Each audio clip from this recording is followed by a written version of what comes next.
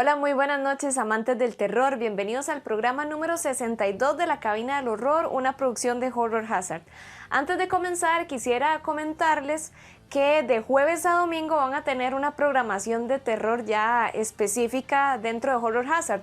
Los jueves vamos a tener una sección de gameplays con Steven, que va a estar jugando en vivo videojuegos de terror, entonces para que nos acompañen en esas transmisiones también que van a ser en Facebook.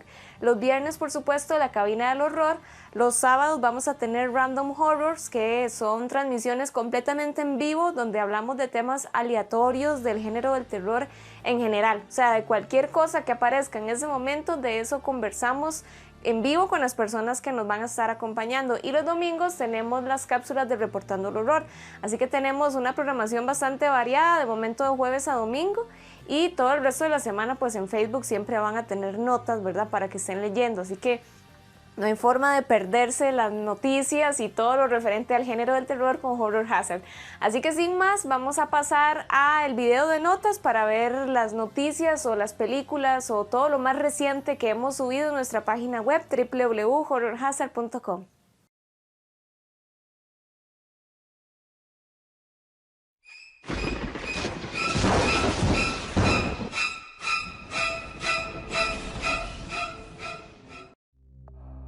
De Urbon. Tiffany tiene 25 años y es guardia de seguridad y está embarazada. Durante una noche junto a su compañero de turno se enfrentarán a unos extraños y sucesos sobrenaturales.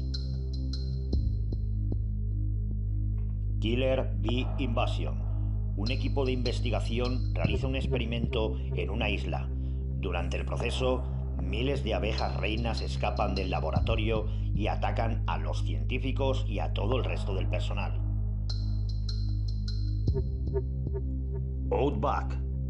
Una pareja se va de vacaciones a Australia sin saber que en medio del desierto, por su supervivencia, dependerá el uno del otro. Continuamos con un corto, Deagle Monster. Frente a un micrófono, una bloguera te pondrá los pelos de punta desde una perspectiva del mundo actual. En videojuegos tenemos Signalis. Elster quedará atrapada en un planeta helado, aparentemente inhabilitado. En busca de un tripulante desaparecido, descubrirá terroríficas imágenes de un pasado. Y la reseña de esta semana es para Gretel y Hansel, nueva adaptación de la conocida historia de la bruja del bosque, donde Gretel y Hansel tendrán que enfrentarse a sus peores miedos. Y no lo olvides, estas notas y más estrenos en www.horrorhazard.com.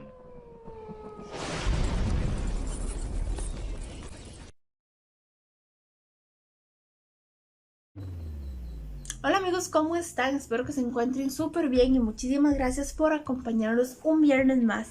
Y hoy me toca a mí la pregunta del día, y es: ¿cuál es esa película de terror que a muchos les encanta o que todo el mundo comenta y comparte en redes sociales, pero a ustedes no les gusta? Tal vez ese tipo de películas que dicen, uy, es que da mucho miedo, o es que la historia es muy buena, o es que es de mucho suspenso, de mucha sangre, o bueno, lo que sea, pero ustedes la ven y dicen, ¿dónde está el miedo? Porque es una historia tan tonta, porque a todo el mundo le gusta, y qué es lo que tiene la película, que todo el mundo está vuelta con esa película. Entonces, ¿cuál es esa película que a muchos les gusta, pero a ustedes no? Pónganse creativos con las respuestas, y mientras ustedes nos comentan, nos vamos a la sección de Un día como hoy.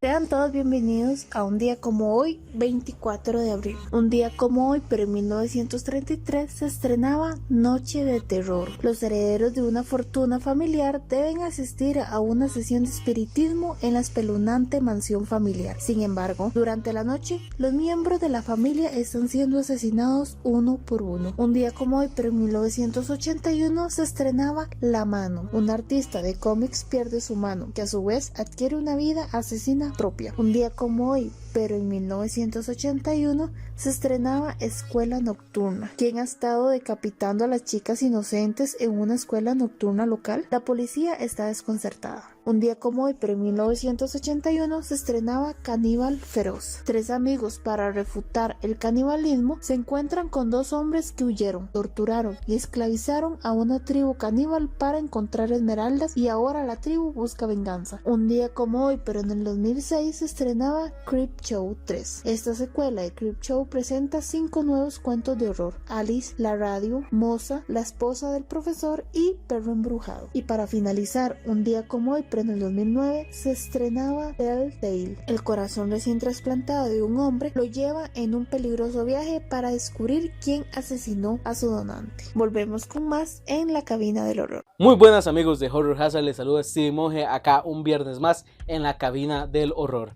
Para continuar con el programa vamos a ir a una sección bastante tenebrosa, a la sección de creepypastas. Veremos qué historia nos van a contar el día de hoy. Muy buenas noches, amantes del género de terror. Hemos sido testigos a lo largo de la historia del cine, nosotros como consumidores del cine de terror, hemos sido testigos de producciones que han tenido tintes de maldito, precisamente por la característica paranormal que estos han envuelto a las producciones. Vamos a poner unos 3 ejemplos: Poltergeist, El Exorcista o El bebé de Rosemary. Películas donde el tinte paranormal se hace presente no solamente dentro de los sets de filmación, sino también en cuanto a las producciones de las películas y en la vida de los actores y actrices que han participado en estos proyectos. Pero el día de hoy vamos a hablar de una incógnita que surge dentro de una de las casas productoras más grandes de cine en todo el mundo, Hollywood. Vamos a hablar de un film que nunca se llevó a cabo, un film que tiene tintes desconocidos, misteriosos y perturbadores, el cual afectó la vida de los actores y actrices que estuvieron involucrados en el rodaje, y también por la cual la producción paró en seco y no se ha vuelto a saber nada de una vuelta para algún remake o darle seguimiento al proyecto para que dé luz verde. Vamos a hablar del proyecto del film Retorno a Babilonia. Retorno a Babilonia surge como una idea del director Alex Monty Kanawati y del productor Stanley Shipp.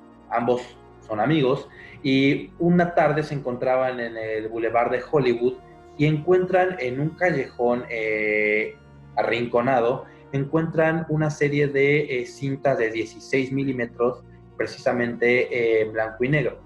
Cuando Kanawati las revisa, se da cuenta que son escenas caseras de grabaciones de los años de 1910 y 1920. Este evento pasa desapercibido y Kanawati se lleva las cintas encontradas.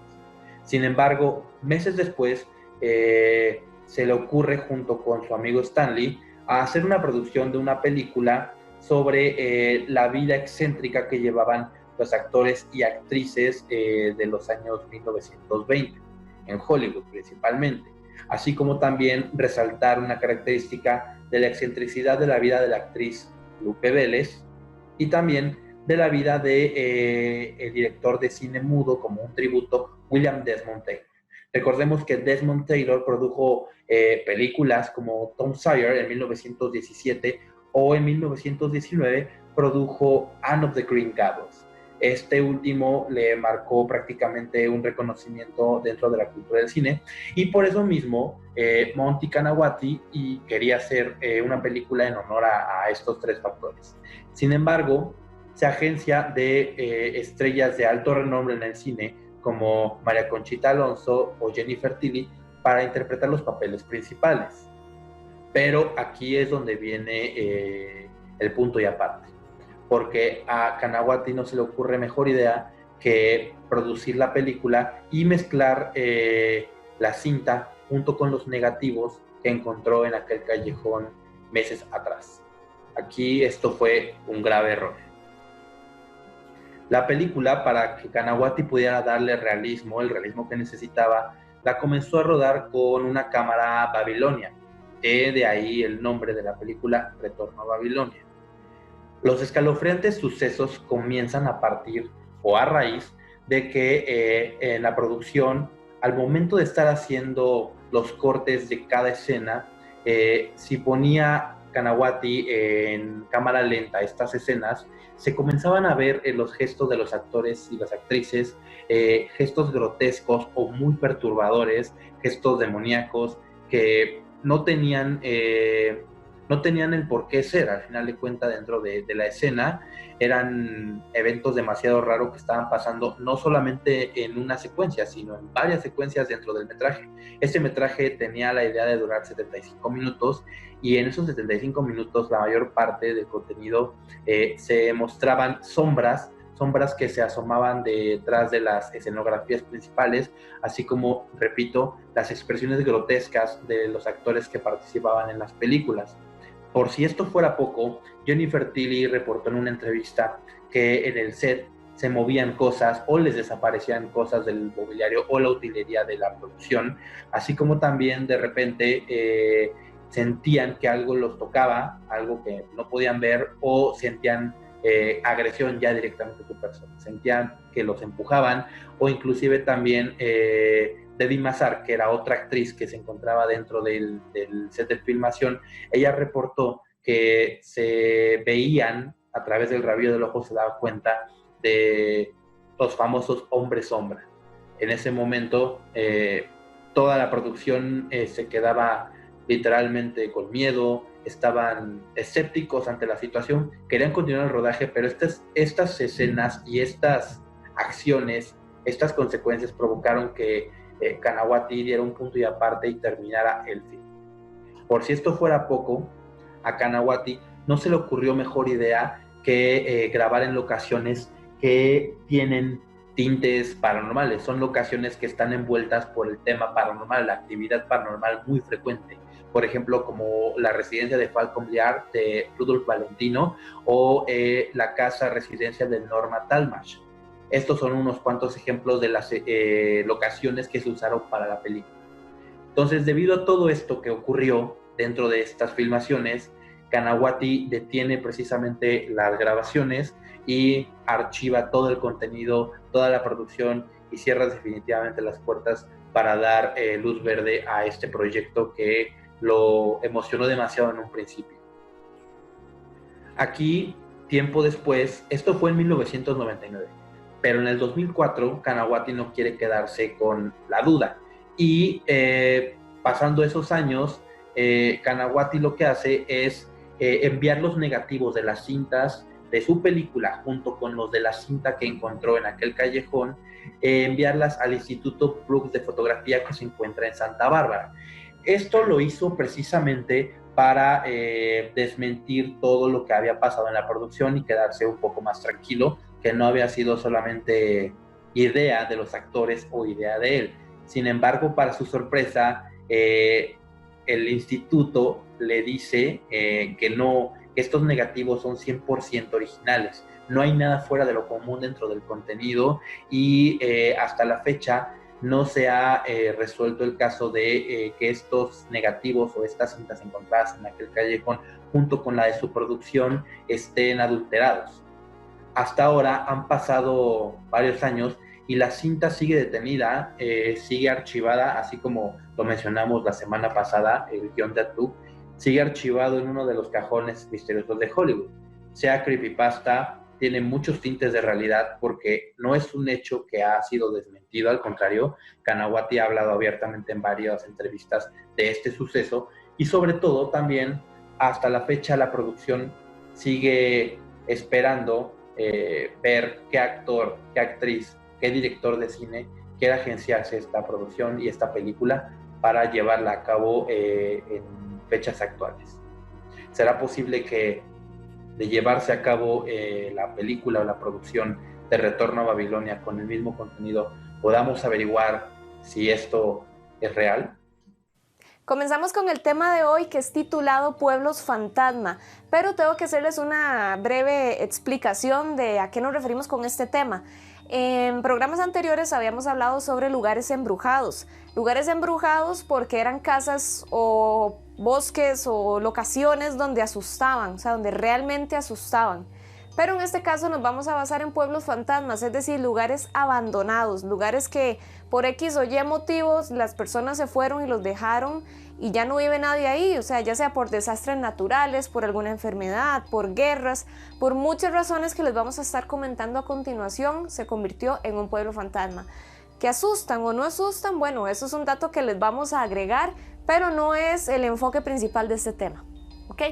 Con esta explicación voy a comenzar con el tema, el primer lugar que les traigo yo, que se llama Coleman's Cove en Namibia. Este es un lugar que está ubicado prácticamente en un desierto y que a principios de 1900 estaba lleno de diamantes. Entonces prácticamente llegaron mineros alemanes a hacer toda la búsqueda, ¿verdad?, y recolección de diamantes, y prácticamente en un abrir y cerrar de ojos convirtieron esta ciudad en algo con vida. Prácticamente convirtieron este desierto en edificios, en casas, en hospitales, en teatros, en escuelas. O sea, prácticamente convirtieron una ciudad, y es curioso porque ellos trajeron como el estilo alemán a las construcciones. Entonces era algo curioso de ver que era un desierto lleno de este tipo de edificaciones, es como que no hacía juego, por decirlo de alguna forma. Entonces era algo que llamaba la atención. Sin embargo, todo se vino abajo después de la Primera Guerra Mundial por obvias razones, pero no solamente por esto, sino la gota que derramó el vaso fue que cerca de la costa, ¿verdad?, a varios kilómetros de Namibia, bueno, de aquí de Coleman's Cove, Namibia, encontraron diamantes. O sea, alrededor de la costa estaba lleno de diamantes, así que prácticamente todos los que estaban en esta ciudad dijeron, no, agarremos las cosas y vámonos por esos diamantes. Entonces prácticamente con solo eso, esta ciudad quedó totalmente abandonada. Y lo que más me gustó, que fue una de las razones por la cual elegí este pueblo, es porque así como ustedes están viendo las fotos en este momento, prácticamente la arena del desierto entró a todas estas edificaciones prácticamente a la mitad. O sea, algo que es difícil de ver, no sé, es extraño, es curioso verlo y prácticamente uno no puede entrar ahí. Sin embargo, como dato curioso, antes de terminar con esta historia, se pueden hacer excursiones, la gente puede pagar e ir a ver estos lugares, claro, en los que sí se pueda entrar, ¿verdad? Belchite, Zaragoza, España. Este pueblo quedó totalmente inhabilitado luego de la guerra civil que lo atacó directamente, por lo que quedaron muchísimos muertos, y en lugar de reconstruirlo decidieron construir un nuevo pueblo al lado, por lo que a este le llaman Belchite Viejo, y mucha gente sinceramente le da pavor visitar este lugar, y principalmente de noche, porque aseguran que es un lugar súper tenebroso, escuchan muchísimas cosas e incluso investigadores paranormales han detectado psicofonías y han escuchado muchas cosas. También gente que ha podido ingresar a Belchite Viejo han escuchado muchas cosas, por ejemplo, escuchan niños gritando, se escuchan como si hubiera un bombardeo, escuchan gente hablar, ven sombras y demás. Entonces sí es un lugar bastante terrorífico a la que mucha gente no se atreve aún a ir.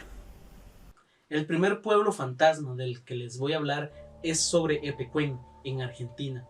Este pueblo llegó a tener aproximadamente 1500 habitantes, y lo que sucedió con este lugar sin duda es muy triste.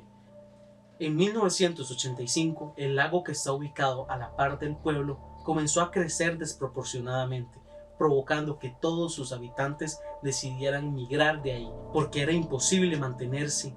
En la actualidad, este pueblo está completamente desolado, exceptuando por una persona, un adulto mayor que aún decide vivir en su hogar.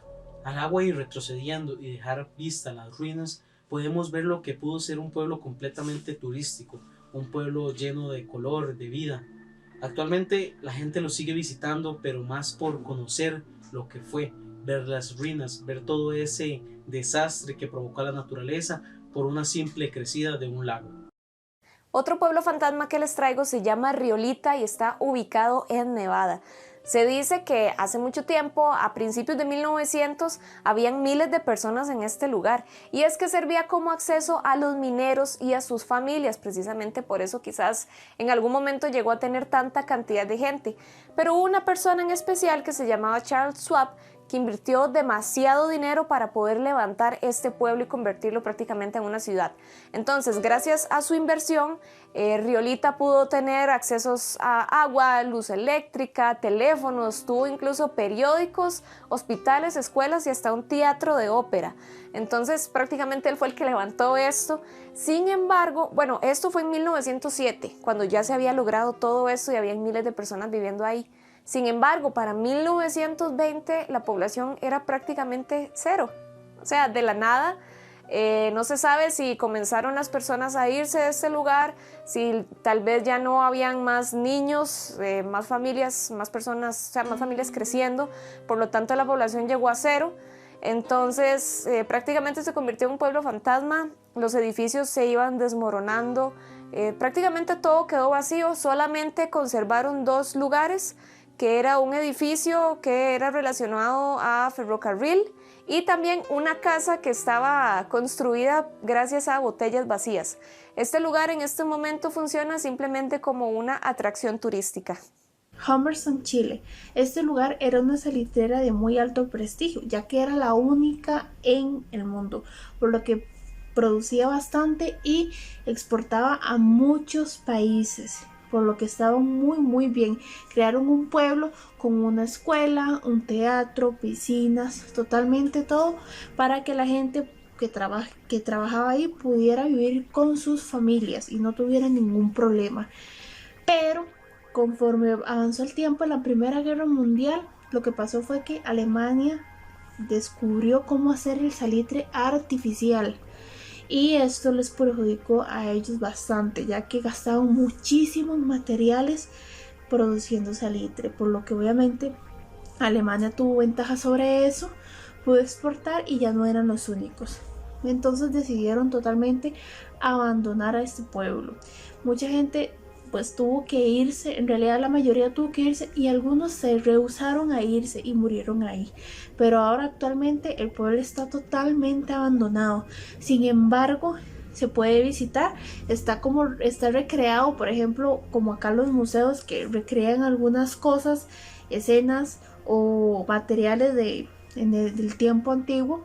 Ahí también hay una persona que también da como tours, ¿verdad? Y le explica a la gente un poco de este lugar, pero sí avisan que asusta muchísimo en la noche, más que todo escuchan bastantes cosas y también ven cosas, principalmente en el teatro se dice que es donde más se escucha, e incluso el guarda de seguridad da un testimonio donde dice que en las noches es muy común escuchar como si hubiera un grupo de personas hablando.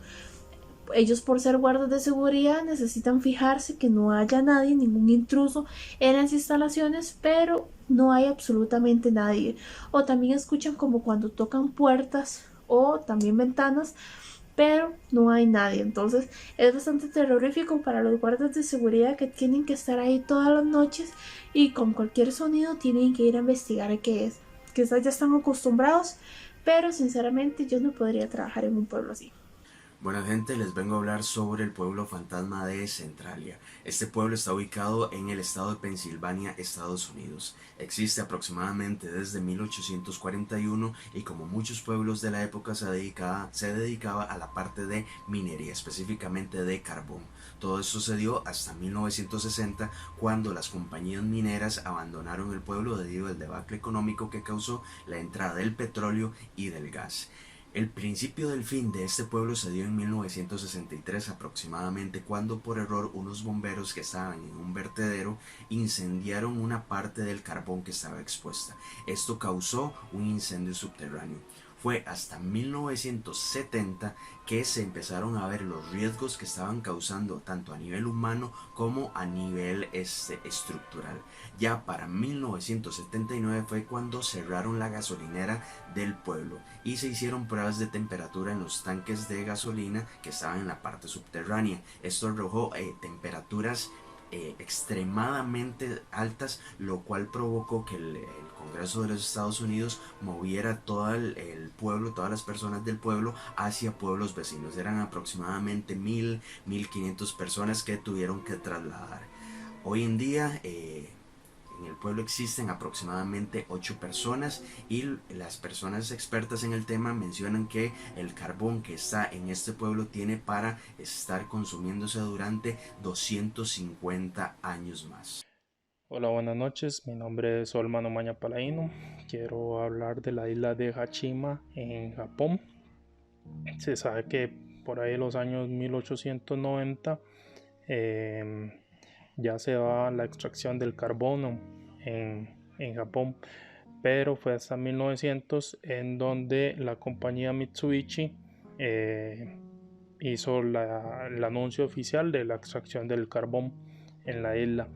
En la isla tenía grandes edificaciones de edificios de hasta 10 pisos, escuelas, colegios,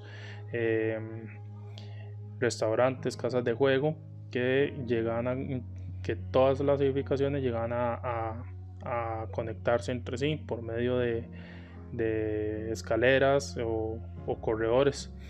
Y esto también ayudaba al aumento de la población en la isla. Debido a estas edificaciones y al aumento de la población, se le conocía como la isla sin verde, porque fue matando la vegetación que existía en la isla. Los mineros que trabajaban ahí eran mal pagados, explotados, trabajaban a unas profundidades de 600 metros y por los años 1940 ya en la isla extraía unas 400 toneladas de carbón, que esto ayudaba a la industrialización de Japón. Ya por ahí de los años 70, del 70 al 80,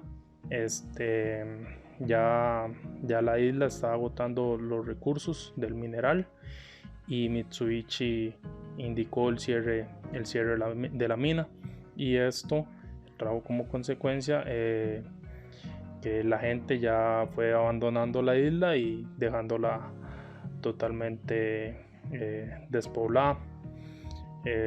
Hay varias curiosidades, por ejemplo, que es patrimonio de la humanidad. Cuando se estaba decidiendo qué querían hacer con la isla, los gobernadores de la zona querían mandar a toneladas de basura para que se hundieran y se hundiera así la isla también, pero hubo gente que estuvo en contra de esto, y actualmente es una zona turística. Se puede viajar y se puede ir a visitar la isla y conocer las curiosidades. Espero que haya sido del agrado y buenas noches. Buenas noches, en este video les comentaré sobre Craco, una ciudad fantasma ubicada en Italia. Esta ciudad se encuentra en la cima de una llanura, y dicha llanura se encuentra sobre una falla tectónica, lo que provocó que aproximadamente en 1963 dicha ciudad fuera desalojada o despoblada, ya que un terremoto se trajo abajo todas las edificaciones. Todos los habitantes trataron de volver a reconstruir la ciudad, pero no se pudo, ya que al estar encima de una falla los temblores eran constantes, igual los terremotos.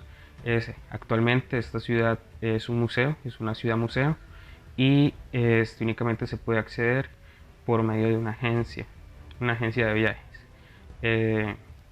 Para ser más específicos y dar un dato curioso sobre esta ciudad, acá se filmó lo que era la Pasión de Cristo, ya que todas las vistas, las edificaciones que hay en este momento se asemejan mucho a lo que había en esa época.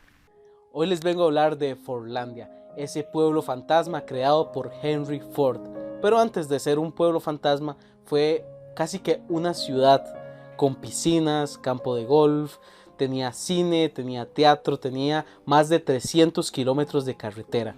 Pero ¿cómo llegó hasta ahí? Henry Ford quería adueñarse completamente del monopolio del caucho, porque en ese momento las llantas, los tapones y otros aditamentos que tienen los automóviles se usaban con caucho real, sacado de los árboles.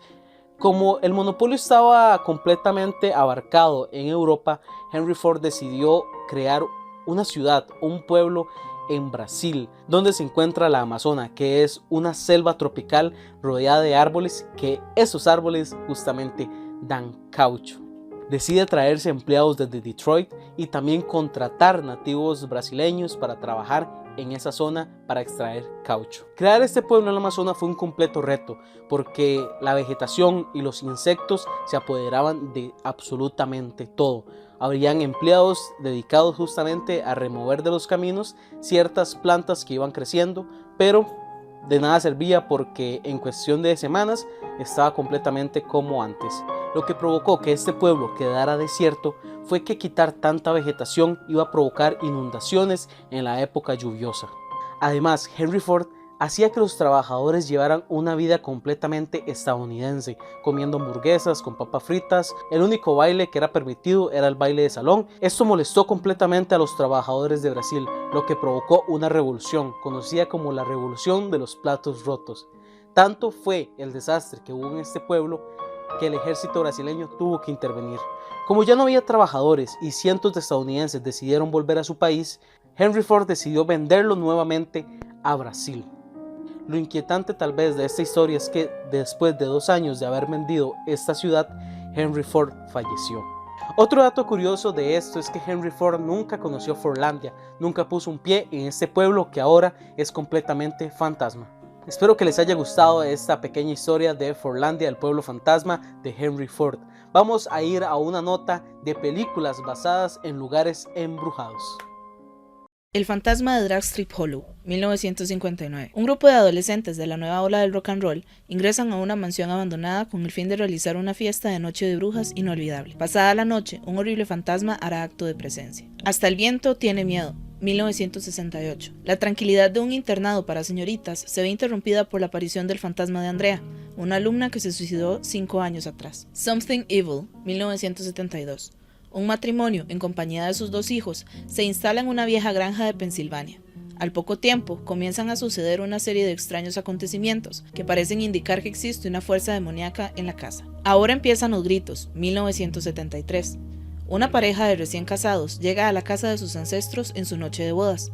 Por desgracia, ni el novio Charles ni su novia Catherine son conscientes de la maldición que sufre la mansión por los terribles acontecimientos que en ella ocurrieron en tiempos pasados. Al final de la escalera, 1980, un exitoso compositor de música pierde a su mujer y a su hija en un accidente de tránsito. Meses después, se muda a Nueva York a Seattle para intentar superarlo y compra una antigua mansión en las afueras. Pronto se dará cuenta de que no está solo. El más allá, 1981. Una mujer joven hereda un antiguo hotel de Luisiana. Tras unos cuantos accidentes sobrenaturales, ella comprenderá que el edificio fue construido sobre una de las entradas al infierno. Agresión en la Casa del Terror, 1982. Un albergue es reabierto años después de que unos horripilantes crímenes ocurriesen en el lugar. Sin embargo, 10 años después, algo maligno sigue habitando el lugar. Ghost House, 1988. Las visiones de una niña fallecida y su muñeca traen muerte a los visitantes de una casa desierta. The Haunting, 1999. Cuando Eleanor, Theo y Luke deciden participar en un estudio en una gran mansión, obtienen más de lo que esperaban, cuando el Dr. Marrow les cuenta el pasado fantasmal de la casa. El Espinazo del Diablo, 2001. Un niño de 12 años pierde a su padre, quien murió en la Guerra Civil Española, y seguidamente es llevado a un siniestro orfanato de niños, donde descubre que la escuela está embrujada y tiene muchos secretos oscuros que debe descubrir. Hannah House, 2002. Pretendiendo comenzar una nueva vida en la pradera, una joven pareja está aterrorizada por el mal en su nuevo hogar. 1408, 2007. Un hombre que se especializa en desacreditar sucesos paranormales se registra en la legendaria habitación 1408 del Hotel Dolphin. Poco después de instalarse, se enfrenta al terror genuino. House of Fear, 2007. 6 jóvenes deciden acondicionar una supuesta casa encantada la noche antes de Halloween para provocar una atmósfera ideal de miedo durante la fiesta a los invitados. Sin embargo, durante esa noche, comprobarán que la casa está realmente encantada, poseída por una fuerza maligna. The Conjurer, 2008. Sean es un fotógrafo que decide mudarse a un pequeño pueblo junto a su mujer para tratar de superar la pérdida de su hijo. Él comenzará a sufrir situaciones extrañas, pero ocultará los sucesos a su mujer para que ésta no se preocupe. Sean comenzará a investigar el pasado de la casa a la que se han mudado y descubrirá un oscuro secreto. The Innkeepers, 2011. Cuenta la historia de los 2 últimos empleados que quedan en un hotel embrujado que está a punto de cerrar sus puertas. The Awakening, 2012. En 1921, Inglaterra se siente abrumada por la pérdida y el dolor de la Primera Guerra Mundial. Florence Cathcart, expositora del engaño, visita un internado para explicar los avistamientos de un niño fantasma. Todo lo que ella cree se deshace cuando los desaparecidos comienzan a mostrarse. Por último, Howling Village, 2019. Kenny, una psicóloga en prácticas capaz de comunicarse con espíritus, decide adentrarse en el pueblo maldito de Inunaki en Japón. Yo les vengo a hablar una nota sobre estos muñecos horribles. En lo personal no me gustan para nada, que son pacos, les dicen. Y yo sé que muchos de ustedes tienen en la casa, bueno, sus papás o sus abuelos. En lo general el mío tiene los cachetes rotos y no tiene mano. Bueno, no es mío, es de mi mamá y lo odio porque es totalmente horrible. Pero hoy les vengo a contar un caso que le pasó a una amiga mía. Resulta que conforme avanza el tiempo, ya no eran pacos, sino eran este tipo de muñecas que abren y cierran los ojos. Yo sé que muchos de ustedes tuvieron. Entonces ella y su hermana piden de estas muñecas para Navidad. Entonces le dan a cada una, le dan una muñeca, ¿verdad? Por lo tanto son 2 muñecas. Y dice que eran bastante grandes, eran como, les llegaba a ella como por los hombros, ¿verdad? Porque ya eran niñas apenas. Dice ella, bueno, la hermana y ella dormían juntas, se llevaban como 2 años de diferencia. Y me cuenta ella que cuando ella dormía, escuchaba como que le hablaban. Veía las muñecas que se le abrían y se le cerraban los ojos. Y escuchaba que les decían cosas como decirles que era muy fea, que nadie la quería, que ella era una mala niña, que ella tenía que morirse. Y cosas terribles que se les pueden decir a un niño, ¿verdad? Pues pasa el tiempo y ella decide comentárselo a su hermana, con el miedo de que no le va a creer. Y para su sorpresa a su hermana le estaba pasando lo mismo. Y era que también las muñecas le estaban diciendo lo mismo. Veían a las muñecas moverse, mover la cabeza y cerrar y abrir otra vez los ojos, ¿verdad? Entonces cuando ellas pues ven que totalmente pues sí está pasando algo, deciden hablar con sus padres. Pues al principio no le creen, pero después, conforme va pasando los días, las niñas tienen pesadillas, les va mal en la escuela, deciden botar a las muñecas. Y aquí es donde viene lo más sorprendente, y es porque cuando ellos botan las muñecas, las botan en estas bolsas jardineras negras que tienen el plástico bastante grueso.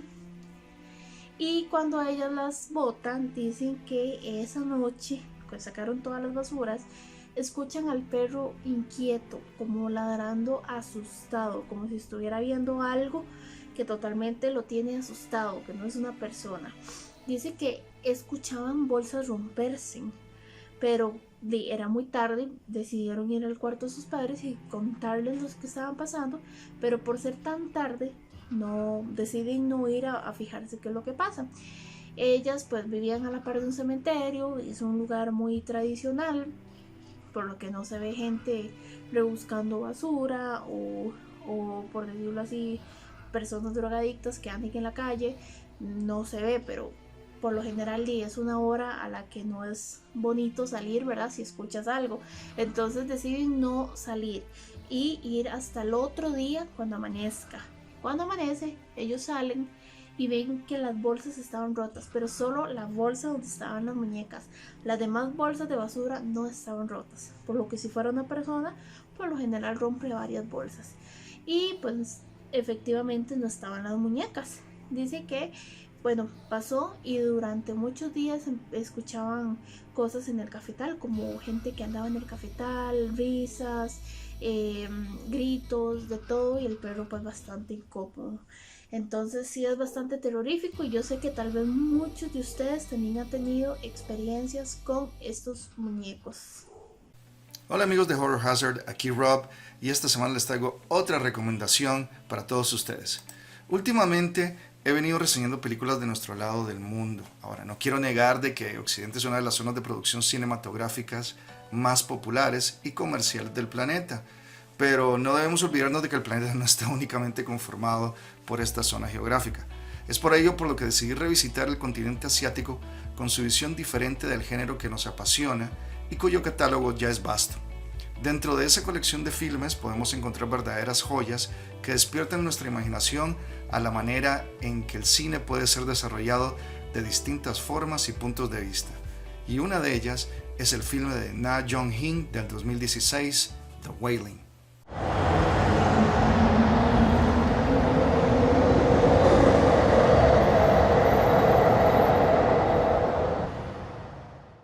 The Wailing es un filme que sale el 12 de mayo del 2016 y es dirigido por Na Jong-hin, un joven director cuyo debut, The Chaser, es una película de acción suspenso de alta tensión y con una trama que sirve de algo como un despertar moral, y decide entrar en el mundo del terror con este filme. La historia comienza con una serie de muertes que ocurren por extrañas circunstancias en el pequeño pueblo de Goksun, y los cuales son investigados por el sargento Jong Jong-gu.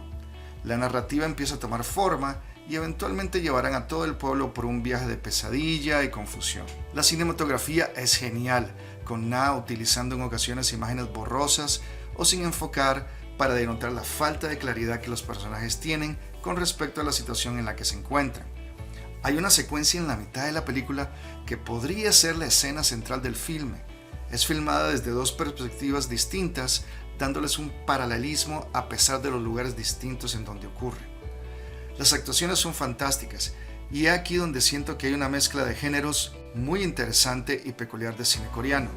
Hay momentos de comedia en este filme y es que el director ha sabido amalgamar de manera natural varios géneros en el mismo. Cada actor lleva a cabalidad la labor encomendada, pero gran mérito debe ir a Jun Kunimura, cuyo papel como el hombre japonés se roba cada escena en la que está presente. La música cumple a cabalidad la tensión mostrada en el filme y la dirección de Na Jong-hin se nutre de un guión donde el uso de simbolismos cristianos nos lleva por un mundo donde el mal está presente, tanto de forma sobrenatural como humana. El filme no te da respuestas para nada fáciles y es uno que definitivamente va a poner a prueba tu resistencia, ya que es de larga duración, 2 horas y media. Sin embargo, esto no significa que estamos ante un filme tedioso y agobiante. Todo lo contrario, el aire de misterio aumentará tu deseo de encontrar una resolución y el director hace uso de una teoría básica del terror. No hay nada peor que no saber a qué tenerle miedo. The Wailing es una de las mejores cintas de terror que he visto en el cine coreano, y si les gusta el misterio, el temor a lo desconocido, unido con una pizca de comedia, no creo que puedan equivocarse con esta gema asiática. De mi parte, esta ha sido mi recomendación de la semana y los veré la próxima acá en Horror Hazard.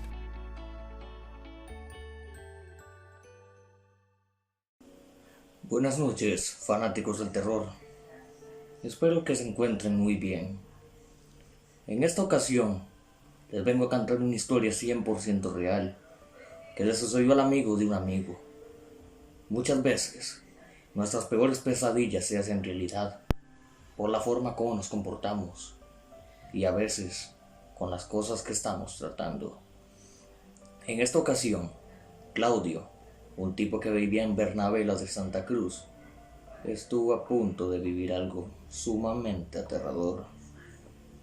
El tipo era un tipo arrogante, el cual siempre peleaba con su familia, odiaba a los que lo amaban, siempre tenía problemas con la familia y andaba en muy malos pasos. Era un borracho y siempre andaba fumando. Todos los fines de semana se iba a bailar en una discoteca llamada La Cueva del León hasta altas horas de la noche.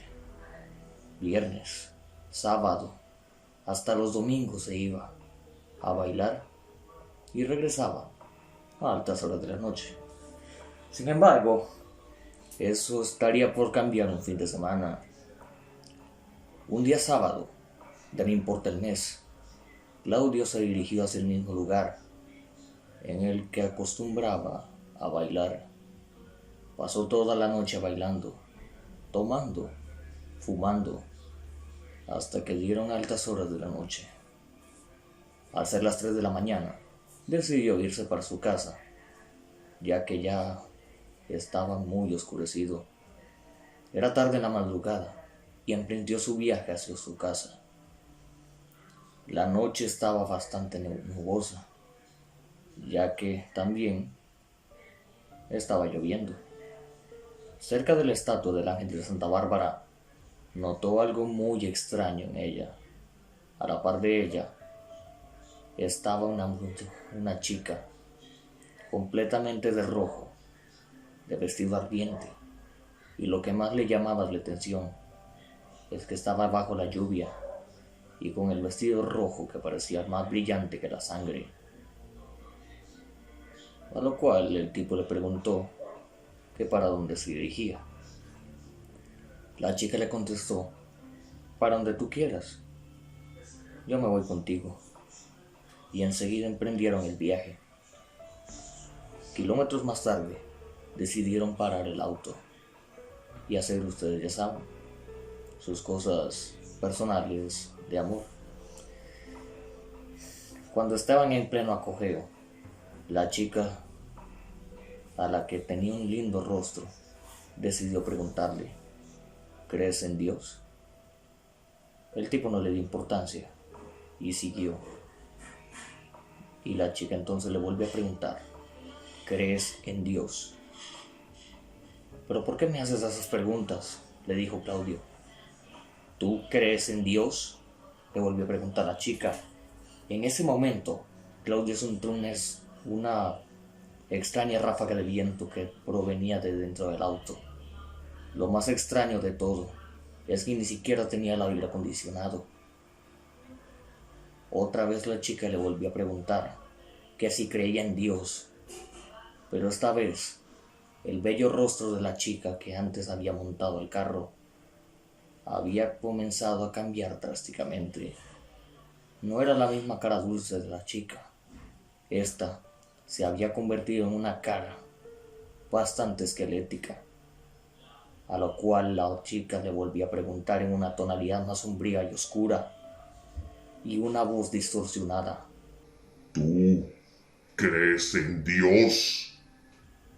A lo que Claudio le respondió finalmente: sí, creo en Dios. Amo a mi familia, a mis padres y a todos los que me apoyan, y nunca más volveré a andar en estas cosas. Fue entonces cuando la chica se bajó del carro, reventó la puerta, y en ese momento Claudia se marchó hacia su casa para no verla nunca más. Claudio trabaja en una pulpería. Hasta el día de hoy, cuando llegan a visitarlo, siempre está escuchando música cristiana. Se metió en un culto cristiano y también no volvió a ser malo con sus padres. Incluso se volvió mejor persona. Esta es una historia completamente real, y hay quienes dicen que a las 3 de la mañana, en la estatua de ese ángel, muchas personas aseguran haber visto una chica con vestimenta roja, pero jamás le hacen ray, porque bien saben que si la montan a su coche, podrían vivir la peor pesadilla de su vida, porque estarían al frente del mismísimo demonio.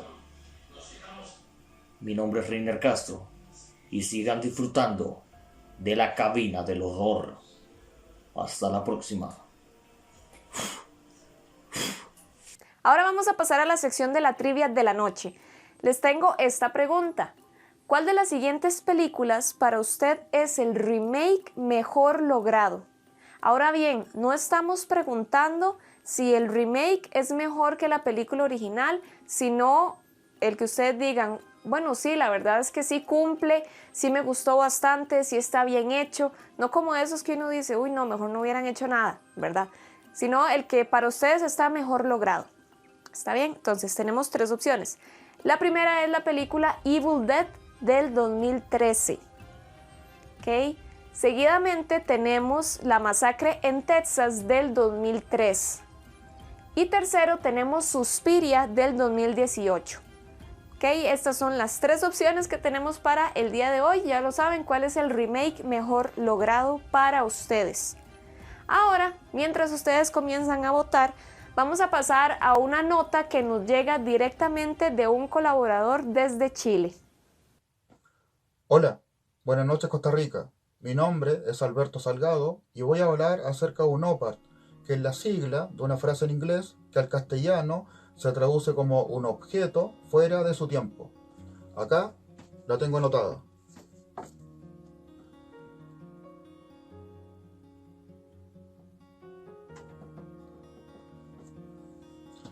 Y los OPAR se dividen en dos. Unos son unos objetos que muestran una tecnología superior a la de la época en la cual fueron creados, y los otros son unos objetos que muestran una información y un conocimiento que en teoría nadie en la época en la cual fueron creados manejaba, generando de ese modo, tanto los primeros como los segundos, paradojas en lo que es la continuidad de nuestra historia como civilización. Y el OPAR al cual me voy a referir se llama el mapa de Piri Reis, el cual pertenece al segundo tipo, ya que muestra una información que quien la creó no debería haber tenido. Y este mapa fue encontrado en el Museo de Topkapi, el cual está ubicado en Estambul, Turquía, en el año 1929, y su nombre se debe a que fue creado por el almirante turco Piri Reis en el año 1513. Y el mapa muestra en su parte central el Océano Atlántico, a su derecha muestra parte de África y parte de Europa, a su izquierda muestra parte de Centroamérica, parte de México y parte de Sudamérica, y en su parte inferior muestra parte de lo que es el continente antártico. Y lo que hace al mapa de Piri Reis ser un OPAR es que en teoría el continente americano fue descubierto en 1492. Aquí tengo anotados los años. Como pueden ver, entre el descubrimiento de América y la creación del mapa transcurrieron 21 años, por lo cual el almirante Piri Reis no debería haber tenido conocimiento para crear este mapa, pero sin embargo lo creó, y eso es lo que lo convierte en un OPAR. Y lo otro importante de este mapa es que muestra la Antártida sin hielos, tal cual como era hace 11.000 años de antigüedad. Entonces, en resumen, tenemos dos problemas con este mapa.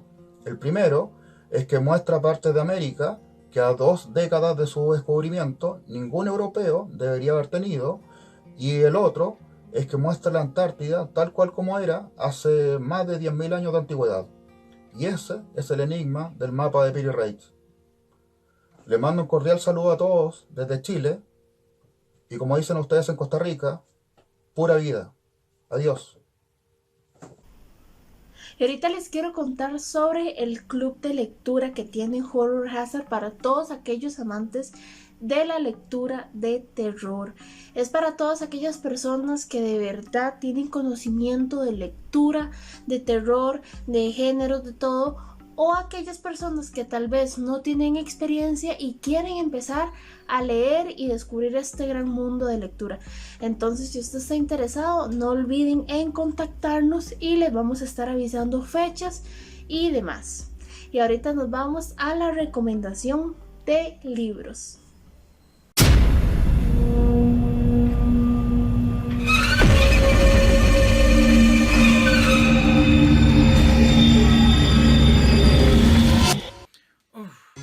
Qué calor. Aquí cumpliendo cárcel por unos disturbios vecinales de la semana pasada, algo relacionado con Six Pack, pero nada del otro mundo, nada que venderle el alma al diablo pueda resolver. Y bueno, a lo que vinimos.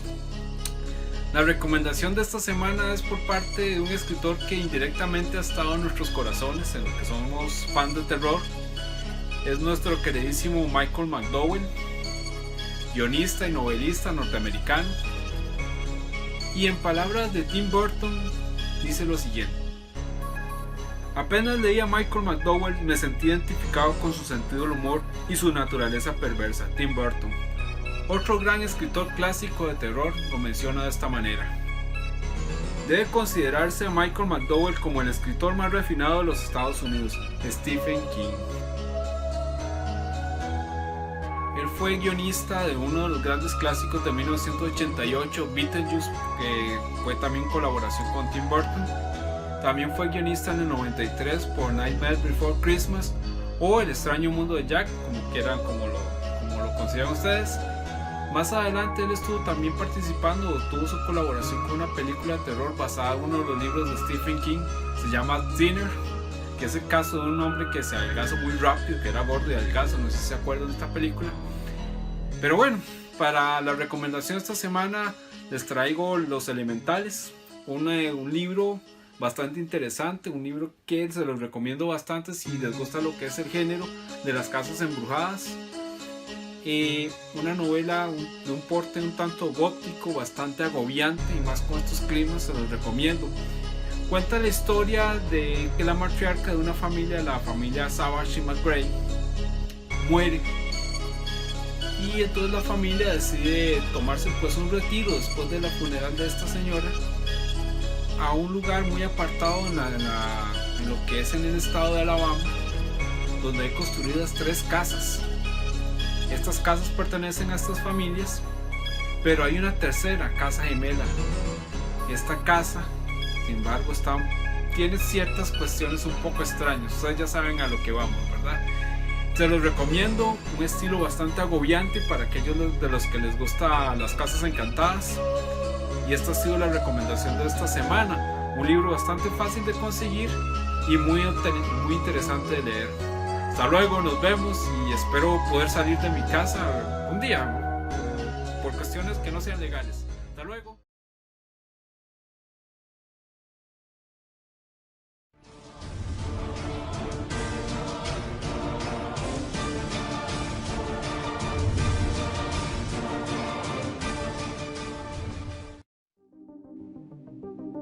Un hombre que vive en un adentrado bosque de California resulta ser un caníbal despiadado y se alimenta de las personas que se pierden en su territorio. Dirigida en 1982 por Don Jones, esta cinta está protagonizada, entre otros, por Dean Russell y Cary Kent. Es una verdadera joya ochentera del género slasher que no puedes perderte, donde no faltará la sangre, las vísceras, el suspense y el terror, y todas campando a sus anchas. Una película que para los fans de este género, al que en estos tiempos añoramos, no se cansarán de ver. Os la recomendamos.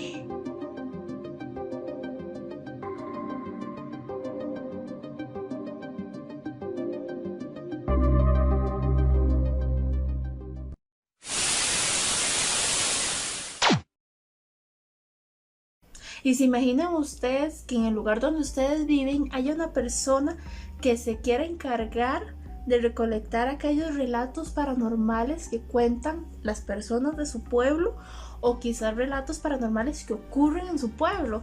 Bueno, en el caso de Eddie Ramírez, que es productor y creador de Isidreño Informa en San Isidro Heredia, hizo esto que se llama Paranormal Entre Nosotros, y en esta nota nos va a contar un poquito sobre lo que trata. Buenas, me llamo Eddie Ramírez, soy el propietario del medio de comunicación El Isidreño Informa, es de San Isidro Heredia, y hace aproximadamente como 1 o 2 meses comenzó a nacer una idea de crear un programa que se hablara sobre leyendas, fantasmas o cosas paranormales en San Isidro de Heredia específicamente. También se podía tocar a nivel país, pero específicamente en San Isidro, que las personas comentaran en ese programa en vivo sobre sus experiencias y demás, las leíamos al aire, y también colocábamos ejemplos, videos y demás durante 1 a 2 horas que iba a durar el programa. Pero fue hasta hace pocos días, más o menos, sí, como 2 semanas, que se concretó la idea, y junto con un amigo, Jordan, que él también es conocedor de estos temas, hicimos el programa Lo Paranormal Entre Nosotros, que se transmite los días sábados a las 7:30 en el Isidreño Informa. El sábado pasado fue el primer programa, y realmente tuvo muy buena aceptación, gustó mucho, y eso nos alegra porque era parte de lo que queríamos, dado también a estas circunstancias del COVID y demás, que las personas se encuentran en su casa. Queríamos entretener y llevar un programa ameno, y que asustara bastante, o hasta cierta forma, a los isidreños específicamente. y se logró. Entonces hemos decidido, bueno, desde ese día, ya lo veníamos hablando en el transcurso de ese día, que que los programas fueran todos los sábados, y así va a seguir siendo. Se va a transmitir igual por Facebook Live en el Isidro Informa, y es sobre temas que siempre nos han llamado la atención, siempre desde pequeño, con historias, leyendas y demás de mi abuelo, que siempre nos contaba. Así fue como surgió esa espinita, se puede decir, de hablar sobre estos temas y conocer experiencias también de otros, y que nos los comunicaran por medio de Facebook Live. La idea igual también es tener invitados y demás, pero es parte de.